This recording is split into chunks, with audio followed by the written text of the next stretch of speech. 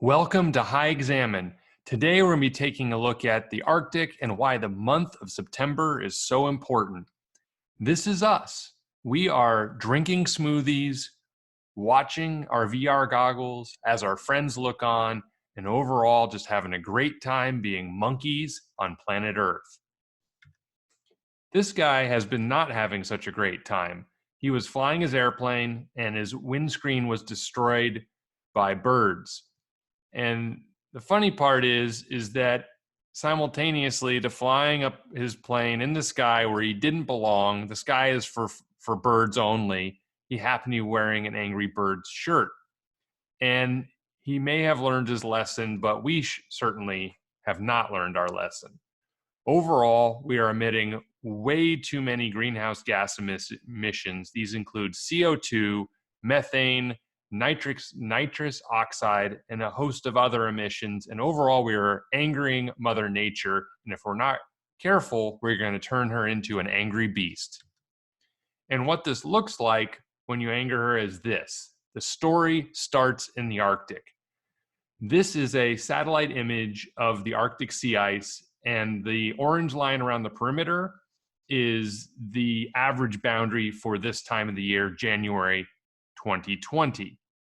And the sea ice is roughly where it should be in terms of area or sea ice extent, but it's generally much thinner than it should be. It's not as durable to weather, and when the summer comes, it will break up and melt much more quickly than it should. This is what the Arctic looks like when you remove the Arctic sea ice from it. And you can see we end up with this deep area in the center. This is about 18,000 feet deep. And then we have the shallow shelves that go around the perimeter. And it forms a bit of a footprint type shape. And the shelves are only a few hundred feet of water. And that'll become important in the future. We will touch on that in a upcoming episode. And the issue is that as the Arctic is melting, we are going to run into a series of problems. And these plots, which are that satellite sea ice extent data over time, you can start to see it. This is us for this year, 2020 in blue. We're just getting started with the year. And then here's the lowest year to date, which is 2012. And the gray is the averages over time. And the maximum sea ice extent is in the winter, and the low is in the summer in the month of September. And that'll be likely the month where we eventually lose the sea ice entirely. This will go to zero in the not too distant future.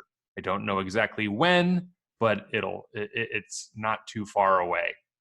And if we jump to all 40 years of this satellite data, you can see the general trends. You can see here at the sea ice low, you can see 1980 is up on top. And in general, as you go down this tongue, it gets more and more recent. Last year, 2019 is right around here.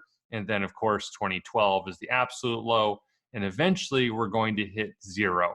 And when we do hit zero, a number of bad things happen. You can think of it as one of those tipping points that you've heard so much about.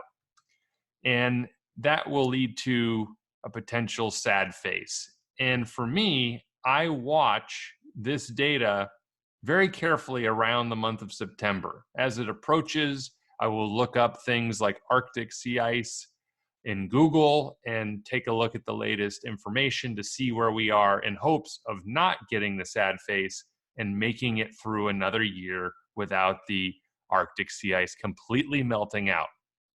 So, why is the Arctic sea ice melting out in September so important? And the issue is as follows. If you have a glass of vodka on the rocks, it will remain cold, the same temperature as the ice, for as long as the ice is present. So that means you end up with ice cubes shrinking, and the temperature remains constant.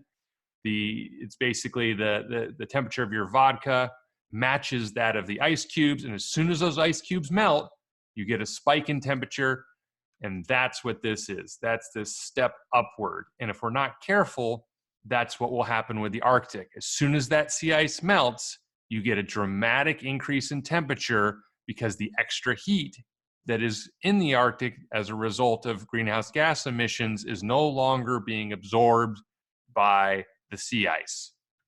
And you might ask, well, okay, that's fine, but how will it impact me?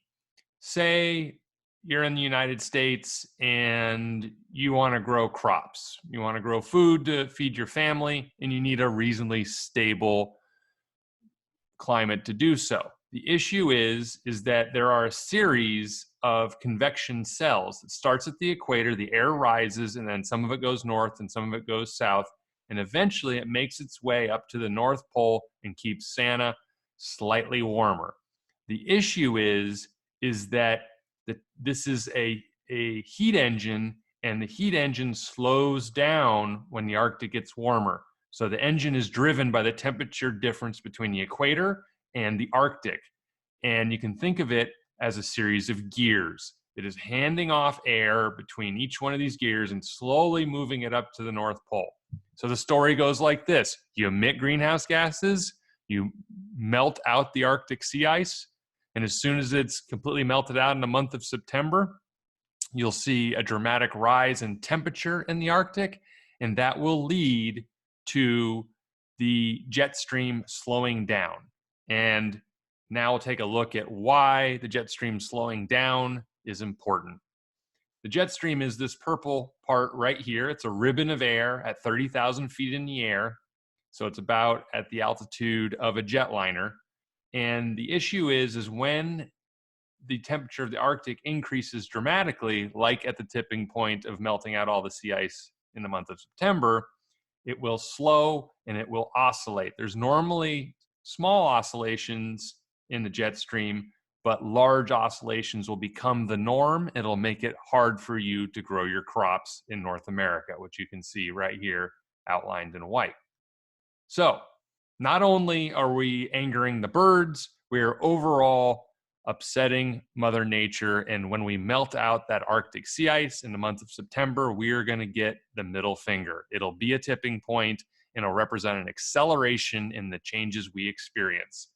So many of us will not notice. We will not be looking at the Arctic sea ice data plot because it's boring. We'd rather be sitting on top of the Himalayas doing our business.